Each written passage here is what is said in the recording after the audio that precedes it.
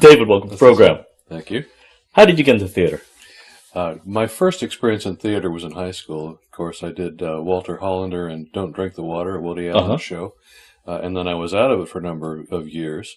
And then when I came to Texas in 1997, I was fortunate enough to run across a gentleman by the name of Larry Wood. Yes. So I worked with him with a number of years, and he got me back involved in theater and doing a number of shows, and then I just kind of went from there. Absolutely. So you did it in high school, but you gave it up for a while? Why is that? I guess life got in the way. Yes. So it's interesting. So what do you do in real life? I'm a teacher. Okay. Yes.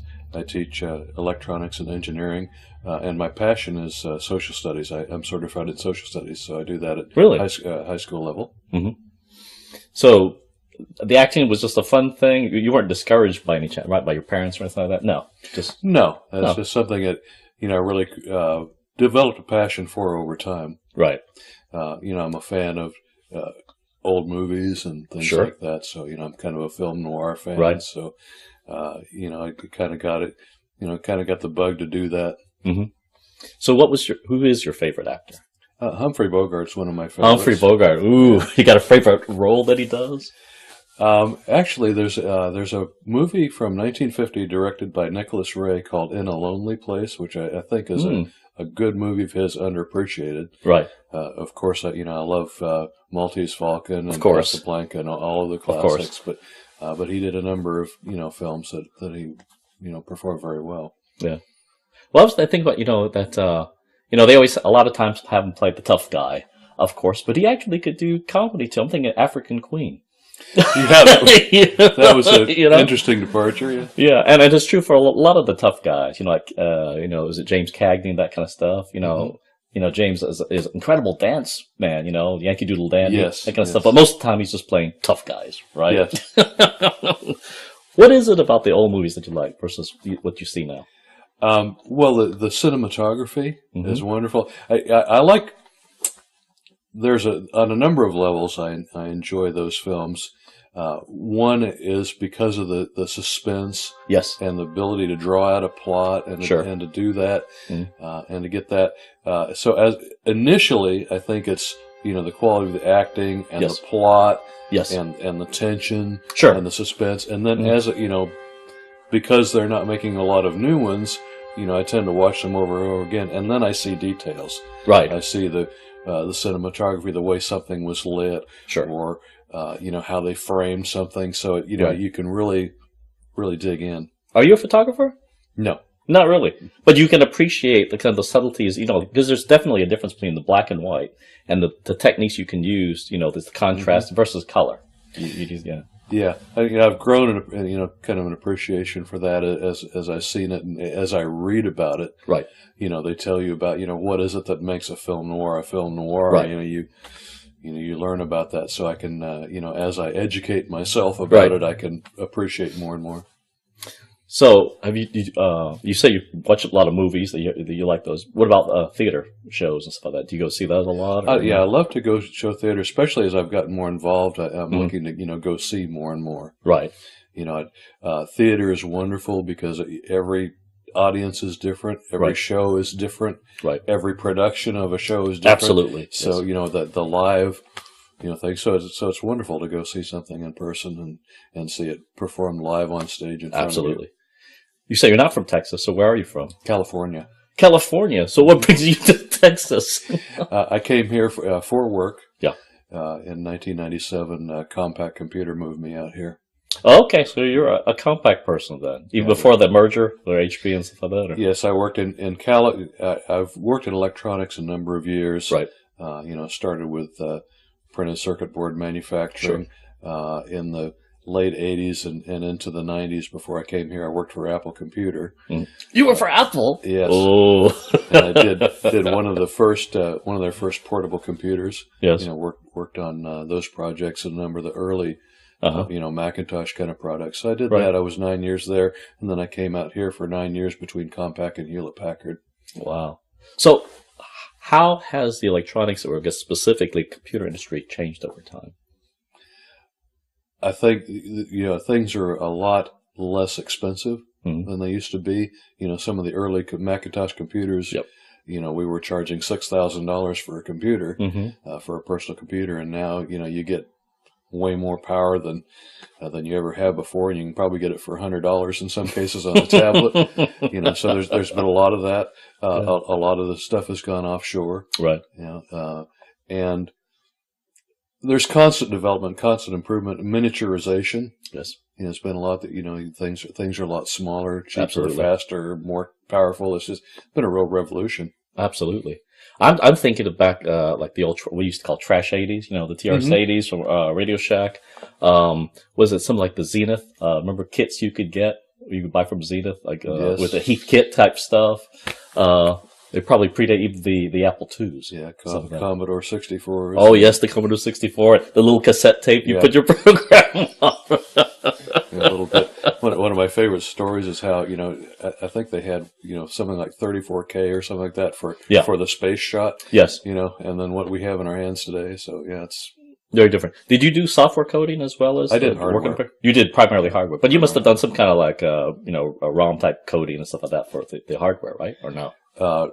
That wasn't in my area. I did get a little bit into scripting and the stuff that I did for I learned Unix and things like that, and doing shell scripting and things like that, just for productivity in the process of my work. Absolutely.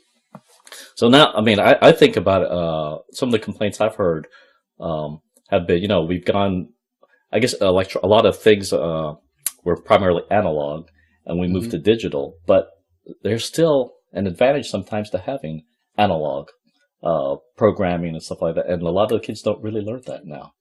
Yeah, I think some are getting to it. Like, my son, for example, can appreciate vinyl records, and more of the artists are releasing on vinyl because they appreciate the differences in sound quality. Oh, absolutely. And the analog versus sampling with the digital. So absolutely, even good sampling. Yeah, I don't have that ear, but I know people that do have the ear.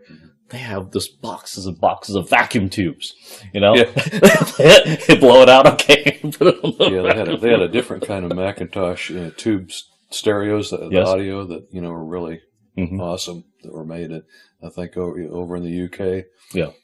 Amazing. Well, let's get back to the acting part. You got back into acting. Do you prefer drama versus musicals or comedy, or what do you prefer? They're all so different. I'm finding Hairspray is my first real musical, full-blown musical. I did Smokey's Joe's Cafe, which I love, which is a musical review. But still a lot of good music, absolutely. So, wonderful music, but, that didn't have the dialogue. We did a lot of vignettes with it. Sure. So, we made it an interesting show, but this is the first one where we've had, both dialogue and music, so that's different, and it's, that's some work. I did a lot of comedy. Yes. I have a lot of, so I've developed the timing for that, and I enjoy doing that. And I find that with audience feedback is great with comedies. Yes. Always, as you know, every audience is different. You're looking for what they appreciate in a show, and with their different takes, and so, and I think with comedy you get more feedback than with drama. Very immediate. Yeah. If you've fallen flat or not. Yeah. So, so that's kind of fun. I've always loved the dramas. Yes. I've done Inherit the Wind. Yes. And To Kill a Mockingbird. And those are great shows. And it's a little bit harder to tell, how you're going over in a drama, but, both are fun. I initially had an interest for drama. I've developed a taste for comedy and the timing for it. So I haven't done that for a while. I kind of miss the comedies. So, but I think that's what I'm realizing now. So there's a difference between the different type of shows, whether you're doing a review or a musical or a comedy or a drama, and they all have their, good points and just a different, different take on it. But yeah, I like doing drama. I enjoy doing drama, and I enjoy doing comedies. So mainly I do straight shows. Interesting. So, you have an incredible voice. Where did you learn to get that voice? From my father. Really? Yes. What was he doing? My father is a PhD in music. Yes. And he's a, classically trained, opera style singer. Wow. Yes. And I have never had the training, right? But I inherited the voice. Wow! And I could kind of do the music. I need a little help in training, in musical training that I haven't had. But yeah, I have basically my father's voice. So you always had that from high school on? Yeah. Wow. No, because that's I was talking about. You ever listen to was it NPR that it was not All Things Considered, Engines of Our Ingenuity. I haven't seen that. So Engines of Our Ingenuity is a professor at U of H, engineering professor, and he tells these stories of how technology is developed over time, machines or whatever. But he makes the stories really interesting. And so when he came one day to talk to us, I said, well, you had this really good, how did you do that? And he says, well, my hobby is opera. So he's opera trained, so he learned to project and kind of to tell a good story. And it makes a difference in how to tell the story. Yeah, one of the key things is being able to breath control. Oh, yes. And actually, one thing, I took some piano. Yes. When I was younger, and also in the music school, yes, they would offer some seminars, and a couple times I would take some voice seminars, and they would teach you some basic things, like you don't want to be sounding like you're you don't want to feel like you're swallowing it. You want to feel like you're chewing it. The way to position the mouth and go forward with the thing. So that I've had a few tips and techniques over the years that helped me with voice projection. And my father's helped me a little bit about, how to breathe and things like that. But yeah, a lot of that is, technique. Well, it's interesting. Your father was a musician. You went into technology, and what, I guess, part of that training, I guess, music, I mean, even though you didn't go into it, must have carried over somehow into the technology part. Was there anything that helped you carry, for technology? Yeah. Sometimes it's not obvious. It's that sometimes the music part of it. I mean, there's still rhythm. There's still mathematics, kind of a precision into that. That sometimes, even though it's not a direct correlation or carryover, sometimes helps you. Well, something that I share with my students is the waveforms. Yes. There's analog. You talked about analog. Yes. Analog waveforms, and the sine wave, how it goes. Yes. So it's very mathematically, and the sampling when you're doing digital and all of that. Yes. So, to the extent it's very mathematically based, whether you're talking about an analog, a sound wave, or a computer's signal on an oscilloscope. They do relate. Yeah. You're not actively teaching now, are you? Yes. But you're still teaching then, so you're not retired.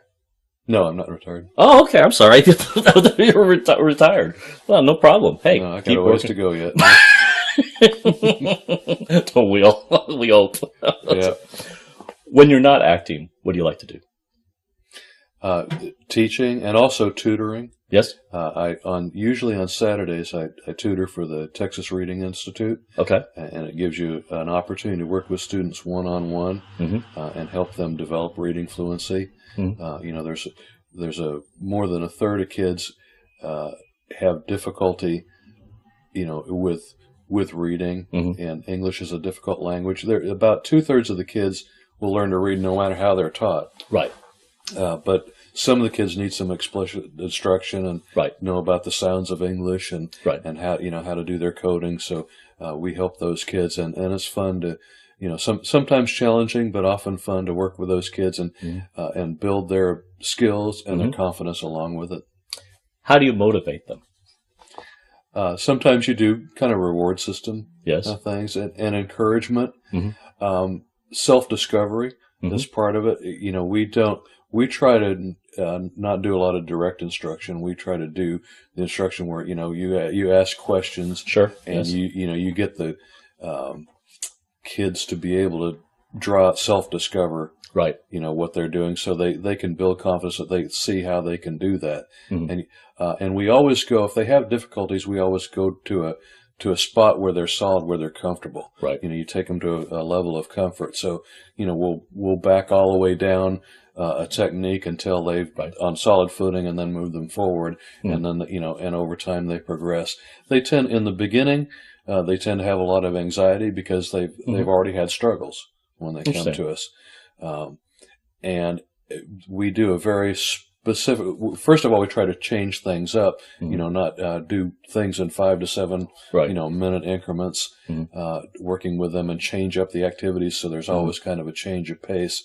But we bring it. It's very routinized so that they go through. They know what to expect. So once they get over the initial anxiety, then they get into routine and they can suit. And then ultimately they see how they're progressing. They do better in school. They develop an interest in reading something at home, even if it's just signs. Kids will come to me and say, I'm reading traffic signs now. Right.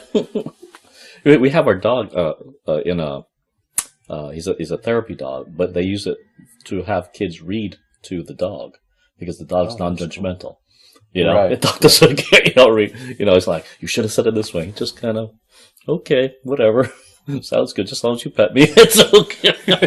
Yeah, I like whatever you're saying. So it is interesting. What places have you traveled to? Singapore. Singapore. Oh, because with your job, because of Apple. Yeah. When was that? I went there twice I think around 89 and 91 or 92. A couple trips out there, and in the process of that, with brief stops in Hong Kong and about an hour and a half in Honolulu. I travel a lot in the United States, over the years. I'm kind of a Route 66 aficionado. Oh, really? So I've tried to, when I was young, I would be on parts of it, and as I'm older, I try to go back and go through some of those things. So I've been some on the East Coast, up and down the West Coast. Here, I try to do a lot of driving trips, and I like to do kind of make an adventure out of it. Right. So one time when we took a vacation just to go up to Arkansas, up in the Ozark parts of Arkansas. Right. So plan my route to hit 6 states, so that trying to catch all the states, as many states as I can. So I think I've probably been about 22 of the United States. Wow. I've been down in Tamaulipas in Mexico, for a trip. So but those are main things. But yeah, out of the country, it mainly was Singapore. Haven't been to Europe. Really? No reason to. It was mostly Far East. Yeah. So did the Far East and and Mexico. Haven't quite been very close to Canada, but not into Canada. Really? Interesting. So is that your ideal type of vacation? The driving vacation? Or? Yeah, I don't like flying anymore, which... Really? Well, I can understand that. It's a pain in the rear. I don't like the process of, preparing to fly. I love flying. I mean,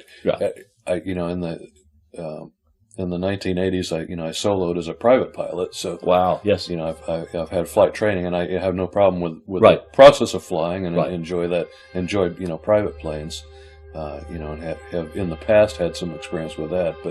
But commercial flights with the security and all that kind of stuff, I just 3 hours for an hour and a half on each end of an hour trip, to go through that mess. I try to avoid it. So have you kept up your license? No, because even that's changed over time. I was bored in the '90s, and I decided to get flight training. So I completed to pass the test, but I didn't actually get the hours, and I actually stopped doing that because my father-in-law said, unless you're going to do this seriously, because it's not something you want to do part time. If your car breaks down, you pull over the side of the road. Brain breaks down, it's a little different. Not too many oopses you get. Well, any landing you walk away from is a good one. That's right. That's right. But even going to the airport, 20 years ago, before 9/11, at least, you could go to almost any private airport, right? Walk up to, a little single engine plane, take a look at it, and usually people would show you around. Now you go to Lone Star, it's all gated, when you can't even get in. Yeah. Unless you've got business there, reason for that, which is kind of a shame. I understand, of course, but... Well, talking about commercial flying, I go back to the days where you had the old mesh gate, and go up to it, and you go up the the stairs that they rolled up to the door, and everybody went out there, and you just went. And that's right. That's a shame. That's such few people have ruined it for the rest of us. So on these driving vacations, what do you like to do? Obviously, part of that, there's a lot of driving involved, of course. But what do you do when you get to different locations? Yeah. The scenery. Yes. I love museums. Yes. They just, put me in the museum and go away and do their thing and come back, and I read. They tease me about reading everything in the museum.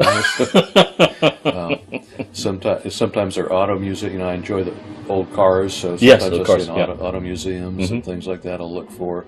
But, kind of as a history, I do a lot of history-related things. I love things like the military museums. Yes. What's the strangest museum you've ever been to? But from someone else's point of view, guess. Yeah. Well, Ripley's, believe it or not, they have a lot of strange things, like in Fisherman's Wharf in San Francisco. Yes. Yeah. You have, the anomalies of life that they show. So he collected some interesting things. So that those are pretty strange. I don't know if I don't know if I've done any funeral museums or there is one here type of thing. Yeah, I think there's one on 1960 or something like that. Yeah, it's a funeral museum. Of course, there's the prison museum up in Huntsville. Yeah, I've been to Alcatraz.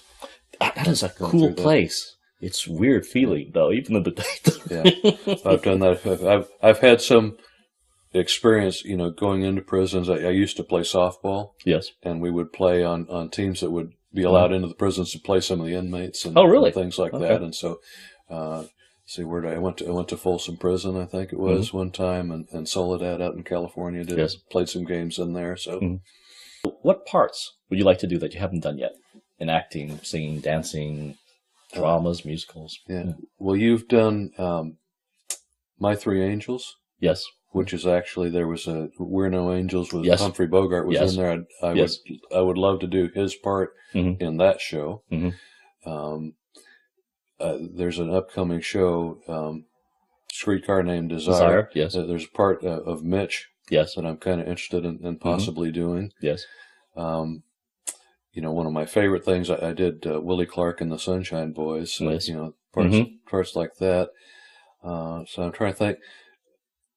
So I think some of the dramatic, I like the Gothic dramatic, parts, and I don't know about comedy parts. I just kind of look and see what comes up. Sure. I love doing Smokey Joe's Cafe, so anything that has to do, I love 50s music, 50s vocals music. So anytime something comes up and I know that music, that's something that I'm interested in pursuing, on the musical side of things. Well, it's interesting that how that style of music can persist and be very popular. What do you think it is about the 50s style of music? Or is anything particular about quality? It? Well, yeah. I mean, that's a whole story in itself. I think, a cappella style music is very beautiful. Yes. And, the harmonization and the blending of voices, is what attracts to me. And, it has a staying power. And most of the doo-wop artists are dying now, but they actually were in good shape for many, many years, and they could perform as older people and still sound pretty good. Right. So, and I try to pass it on. I've got my daughter a little bit into it, so it's it's kind of passing down the generations. Yes.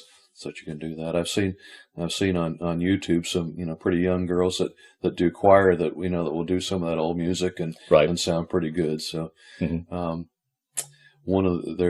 speaking of film noir, there's a thing on the internet, that like a 20-year-old girl in New York did, that was about a 7-minute compilation that was really impressed me as a film noir fan that, this 20-year-old gal, knew all that stuff and put together such a nice compilation. So, I guess sharing it, intergenerational, or if someone's exposed to it, it takes a certain mindset. It's kind of a minority thing, in terms of the number of people that we've drawn to it. But I think there was always a few, people that are interested, and they'll get into that and they'll keep it going. And also it's wonderful, the internet, and YouTube and all the things. It's so much more accessible. I'm still seeing things, old footage that I never saw growing up, because when we grew up, whatever was on the 3 channels was on and it was gone. That's right. And no reruns. Not a lot. I mean, they came out later, but they'd restage old movies and things like that. You'd see those again. But yeah, a lot of the musical concerts and things like that. They were here and gone, and you might hear it on the radio. Mm-hmm. Now, I can pick any song I want to hear and go find historic clips of that artist.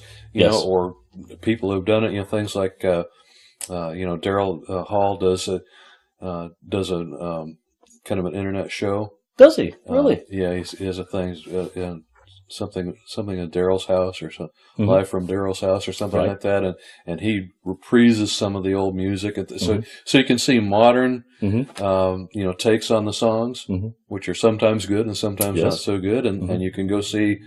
Them as they happen that you could never. I could have never seen 20 or 30 years ago. So it's wonderful what you can just find. So I think there's more and more. Whatever your special interest is, yes, you can find it online. I'm amazed at how many tutorials you can find on YouTube. I need to know how you do some whatever. Pick some random topic, put it in there, and somebody's probably got a video on it. Right, it's amazing. Yeah, I have to do that to figure out how I'm going to change my smoke detector battery. And that's right. Yeah, on this model, Oh yeah, it's certainly easier than going to the library. I used to hate going to the card catalog because the card, it's got to search for that. Then you'd go there and then find the book's not there. Well, that's a different experience. The libraries, because libraries are wonderful places, and hopefully they'll preserve. But yeah, it's certainly changed research. Absolutely. Is there any place that you'd like to go that you haven't been yet? Where would I like to go? Yes, a lot of the islands. In the Pacific? In the Pacific or in the Caribbean. Yes. Some of those, exotic places, Tahiti, Fiji, some places like that I'd love to. I love tropical places. I'm a warm weather person. I'll go visit the snow, but I don't want to live in it. Absolutely, yeah. If you had a chance to go back to California, would you? I would go back to San Diego. I love San Diego. Beautiful weather, I understand. Yeah, yes. It's beautiful scenery, beautiful weather. So, I mean, that's a good place to be. But I enjoy Texas very much. I like it very much. I also, I like to go new places too. So, I explore. But yeah, if I were to go back to California, I would like to go back to San Diego area. I just love the San Francisco area. I think mostly because I like it. The cool weather in San Francisco. I know once you get out of San Francisco, it's not the same. But in San Francisco, it always seems to be relatively cool, but moderate to degree. I mean, a lot of fog and also very expensive, unfortunately. Expensively, it's a very dynamic area. A lot of good food and a lot of culture. If you were going to go to San Francisco to a favorite restaurant, where would you go? Oh, I would probably find a small place. Yeah. There's some, I think it's North Beach, some Italian restaurants and things like that you can find. Some of the hole-in-the-wall places are, really good. One of the classic places to go was the Doggy Diner, but that's long gone. That was kind of on a major intersection. Trying to think. But yeah, I don't know. There are a lot of good restaurants in Chinatown in San Francisco, so. You can just, it's one of those places you can really discover somewhere to eat. Yeah, I guess when we go there, we just like to walk. It's a nice walking town. I have to admit. I mean, it's not always easy, but it's a great walking town, and that's what we'll do. It's nothing in particular. Don't want to see necessarily anything particular, but just want to walk around, different places. Yeah, whether it's on Fisherman's Wharf, the Chinatown area, or whatever. And we really enjoy that. Other hobbies that we haven't talked about yet. Yeah, it's mainly I've concentrated on teaching and really. So that you think consider that a hobby as well as a application? Yeah, I'm at the point where I do what I'm interested in doing. Right. So really I've been more and more in theater. So as when I get to the point of retirement, I hope to do more on the theater side. So I put a lot of energy into theater. Obviously, the music. The music and the movies and theater and all that kind of thing. I enjoy reading. I don't have a lot of time for reading, but I do enjoy reading. Yeah. And we've talked about the travel, going places. So going around, I like discovering older theaters and what community theaters, are sure. Operating in different locales. Right. So yeah, I've started to look for that when I went to visit my daughter in Arkansas. I went to a show up there, downtown Little Rock, and one of the community theaters to check that out. And I was talking about earlier about Route 66, and there's an old theater called the Chemo Theater in Albuquerque, which is in a style called Pueblo Deco.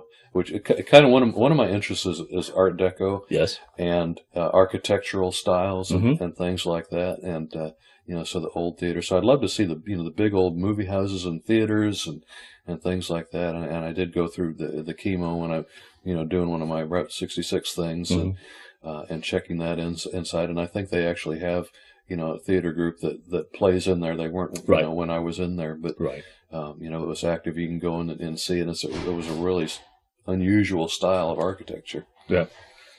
How do you feel we could? I guess because that's the problem with a lot of the issues. Like the older buildings, Art Deco and stuff like that. A lot of them are maintained. For instance, like State Fair of Texas has a lot of Art Deco type buildings, but they have a hard time getting the money to maintain them and keep. Because if you don't maintain them, they just they'll just degenerate and then eventually just torn down, and it's that history's lost. Have you seen it in the different communities you've been to, like the communities that are doing well in terms of maintaining and restoring things versus things that are just kind of gone, almost like a ghost town in some places? Right. Yeah. Yeah. I guess it really takes someone to take an interest, and if the community comes together, it seems like Conroe does a good job of that you have some support from the city and support from patrons and the community. So.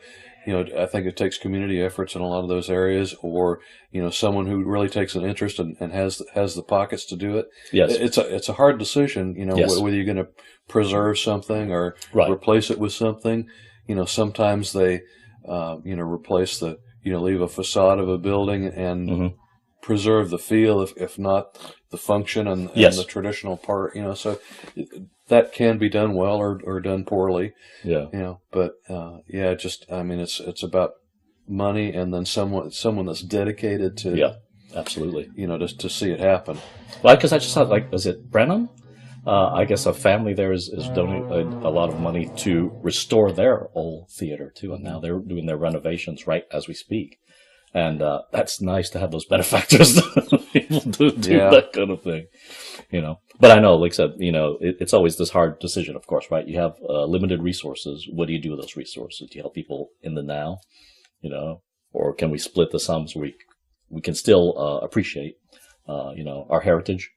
I know it's a tough call. Yeah, do you preserve it or do something new? Yes. You have your. It's a matter of the space. What's the value of the real estate, and what's the potential, use of it.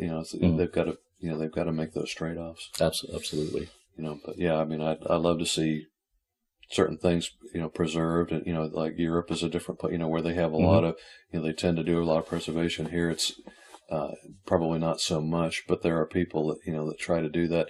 A lot of times, it's the cities, like I think in California. They have some pretty strict ordinances in some of the towns, and some of the wealthy areas. They're very particular about how their locale is is done. So if you have ordinances in places to provide for reasonable preservation of history. Absolutely.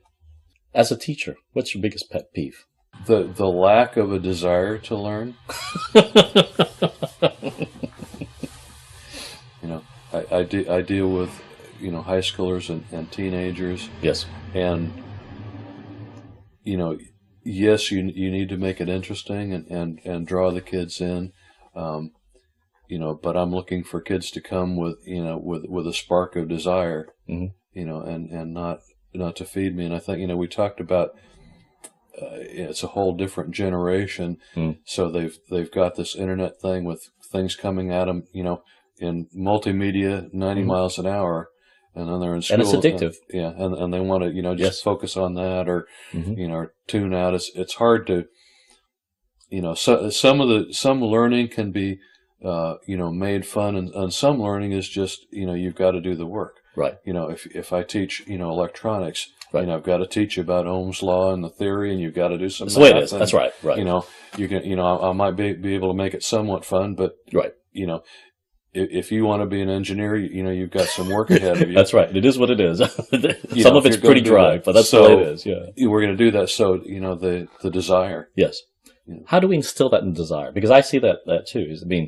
Yes, you're right. To a point, we have to make it interesting.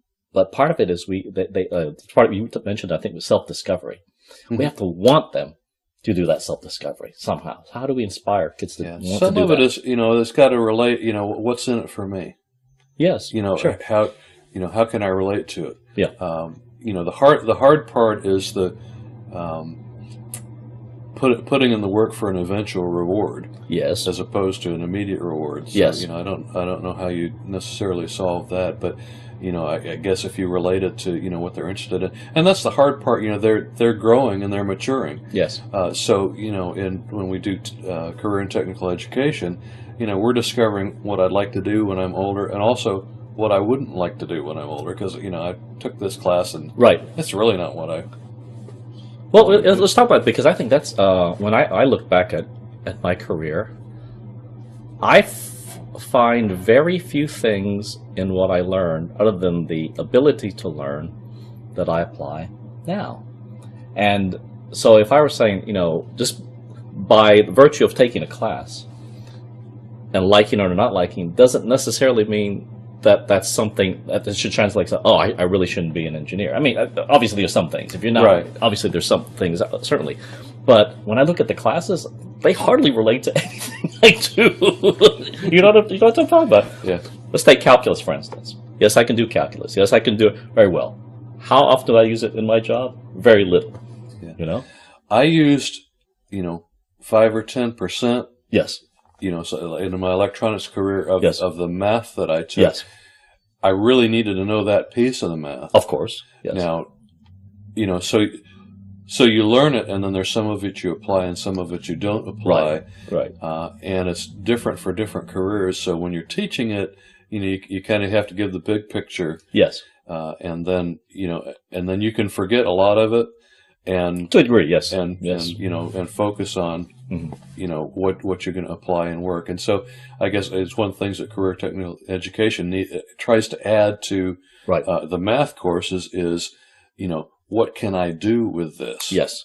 And how does this, when we teach, we try to relate, when I teach about Ohm's law, it's solving an equation. Yes. And I can say, in math class, when you did this ratio. Right. Okay, here's a ratio that you need. This is why so hopefully you can make some connections.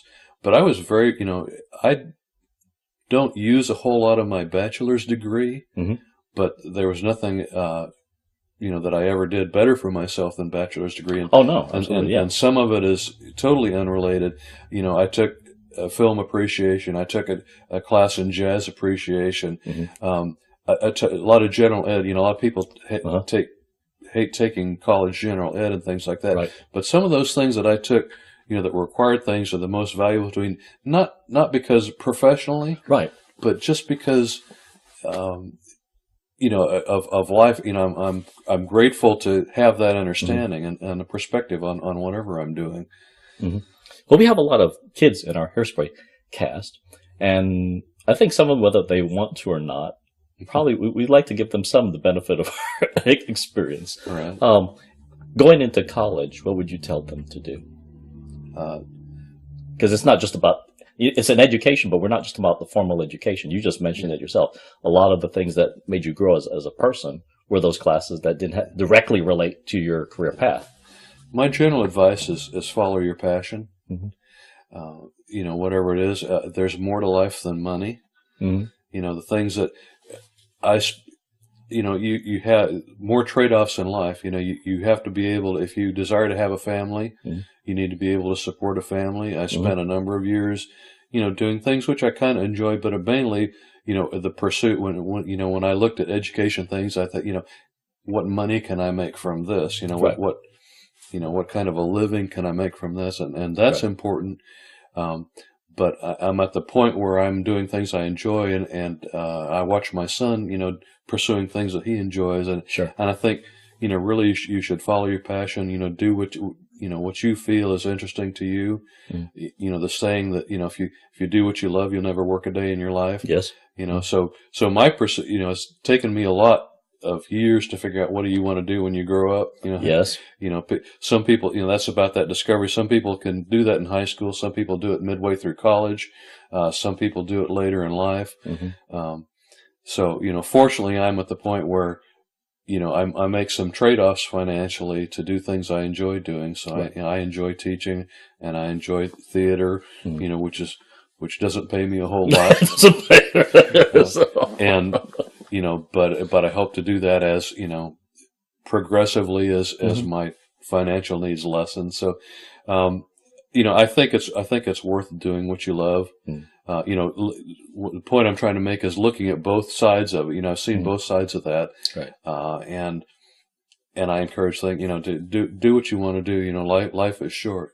There's people talk about, there are people like James Dean and things like that that died young. Yes. And, I'm not an advocate for dying young necessarily. No. but I am an advocate for, enjoying life. Yes. It is short. You don't know how long pursue your dreams, especially when you're, young and have the opportunity to do that. And, you may have some struggles and, things like that.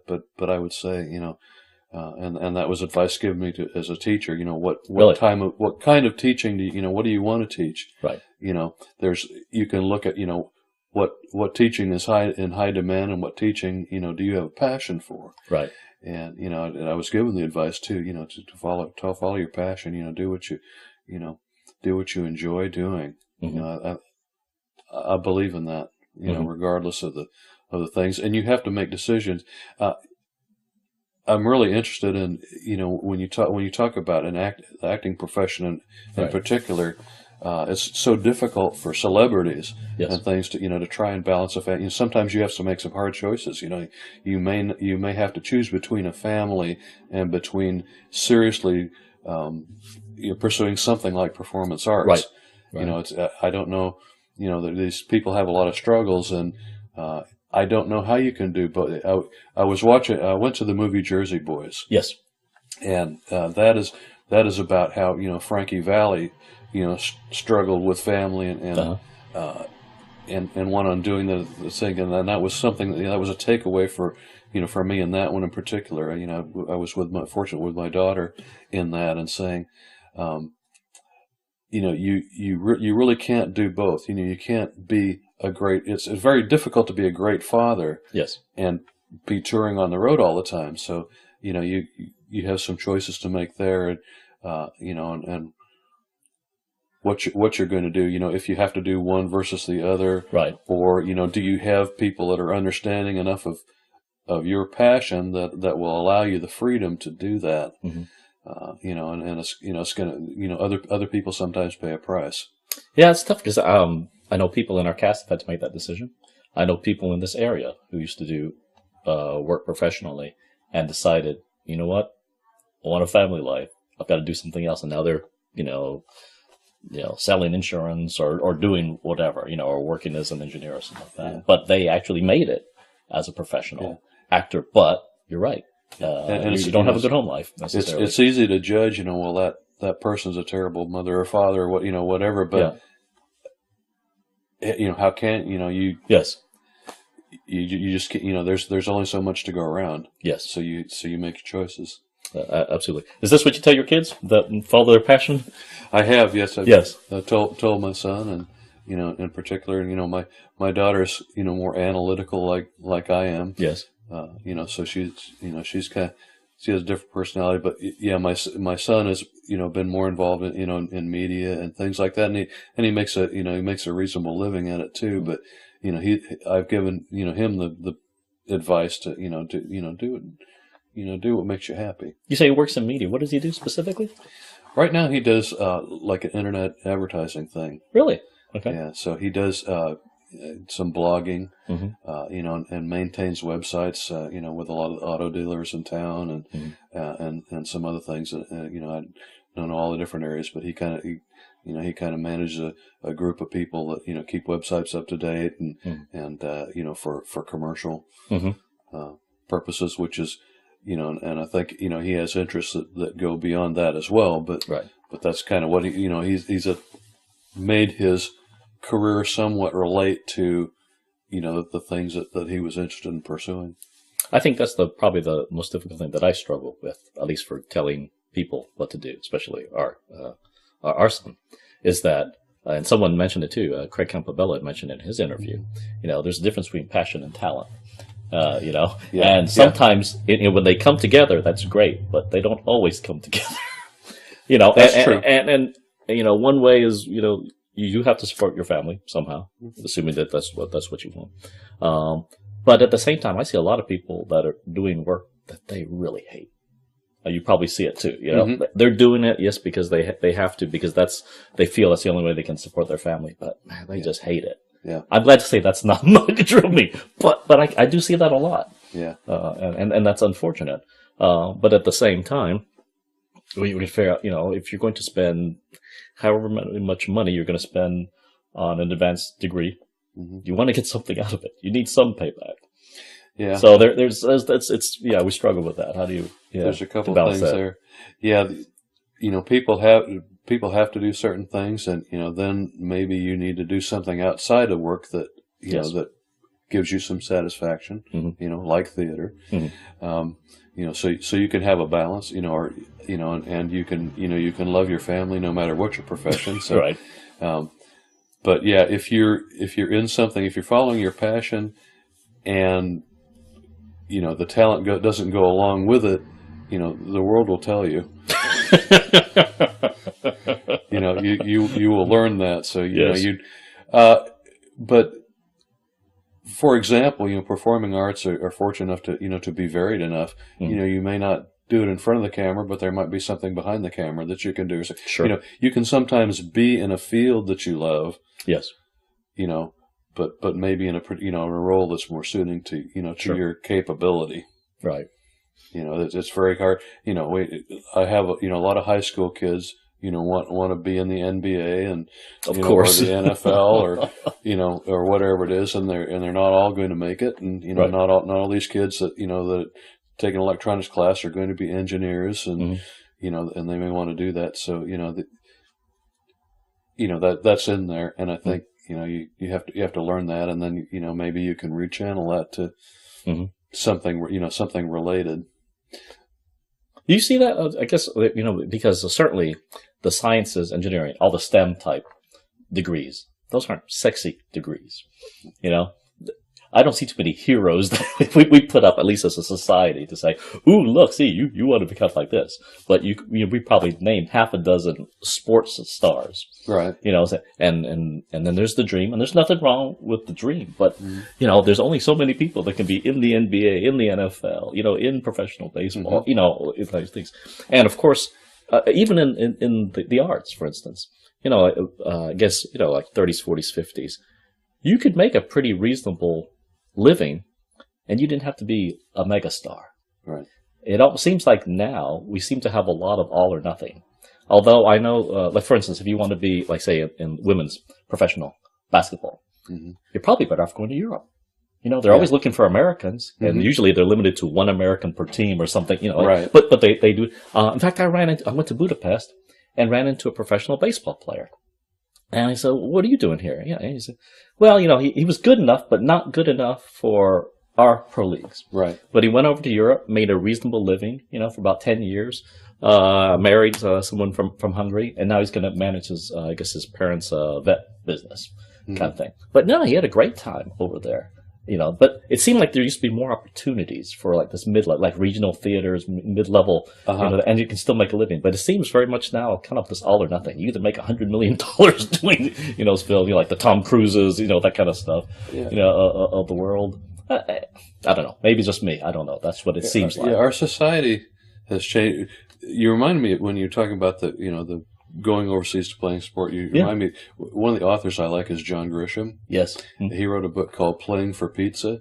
Really? Yeah, which would be interesting. Is about the theoretical story of a Cleveland Browns quarterback that has a disastrous playoff game, gets cut, and goes over to Italy to play. That's maybe worth a read at some time. Interesting in that area, but I think our society, financially is doing that, where there's more haves and have-nots than that's an economic thing. I minored in economics, by the way, so so that's another interest that I have is macroeconomics. But anyway, there seems to be more very rich and more poor in this country. The middle class is being pushed in two directions. So that's kind of happening in general. But as far as I think that in entertainment is probably maybe it's changing. I don't know. My theory is that there will be more opportunities for people to do things that are online. Yes. So we had in the 40s and 50s we had studio system, and so you had contract players. You had so I think there's an evolution going on in where those opportunities lie. Yes. So I think there's going to be a great need for content. Yes, absolutely. And opportunities for people to do some things for some sort of living. Right. In a variety of things, and maybe you have to do a ton of maybe you do theater and do things online and do. There are a lot of small filmmaker kind of stuff. So you may have to spread yourself out and do some non-traditional things to make those kind of livings. Something I may do, when I retire and when, have Social Security coming in and things like that is look at little opportunities, and it won't have to be, full-time, do all. But for somebody coming up, you're not going to make a great, fortune in most cases. But maybe you can cobble together a living through doing some different things, and I think that's where I think the nature of it will change as far as what those opportunities are. But maybe opportunities will be there. Well, let's talk about economics then. Certainly the big change that's been going on for probably several decades now is kind of the loss of the middleman, right? Because now you have the mega stores, the Walmarts for that. You don't need the middleman. You can get it cheaper from Walmart than if I was a middleman, got it somewhere, and then tried to resell it to you. So I can't make my living anymore that way. And I'm sure there's a lot of people that way. But I'm guessing throughout history, this can't be unique. This whole change in how the structure of society or the economy has changed over time. So I'm guessing this is not unique, right? Yeah, it's not. Most new inventions don't come from existing companies. The new revolutionary technologies. There's something in economics called Schumpeterian theory, that the creative destruction. Old companies like Woolworths and things like that go away, and there are new entrepreneurs that come in and do some different things. So there's an evolution. And of course, we've had historically we've had the Bronze Age and the Industrial Revolution, and all those things that manufacturing has transitioned into other things, and some manufacturing making a comeback. But yeah, you have that, and then just the nature of things. Going from Stone Age to to metal implements and things like that. So yeah, things are always changing, and economically things are different.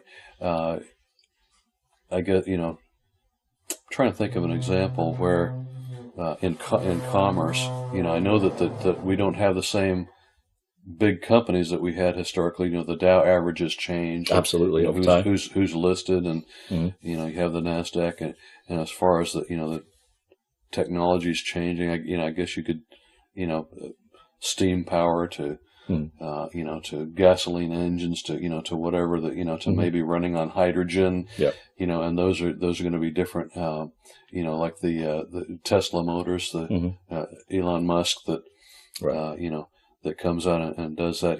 He's working on commercial space ventures and electric cars, and so that's someone that Zuckerberg, the guy with the what is it, Facebook? Yes, the guy.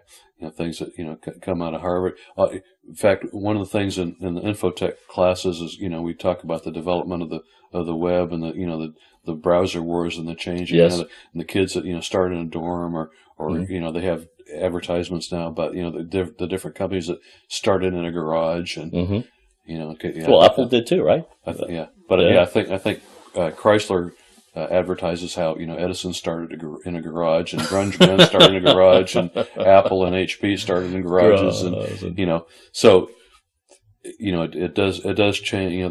There's a lot of change that happens in technology, in history, even with countries, rise and fall of empires and all that thing. So say all that to say this, I think that.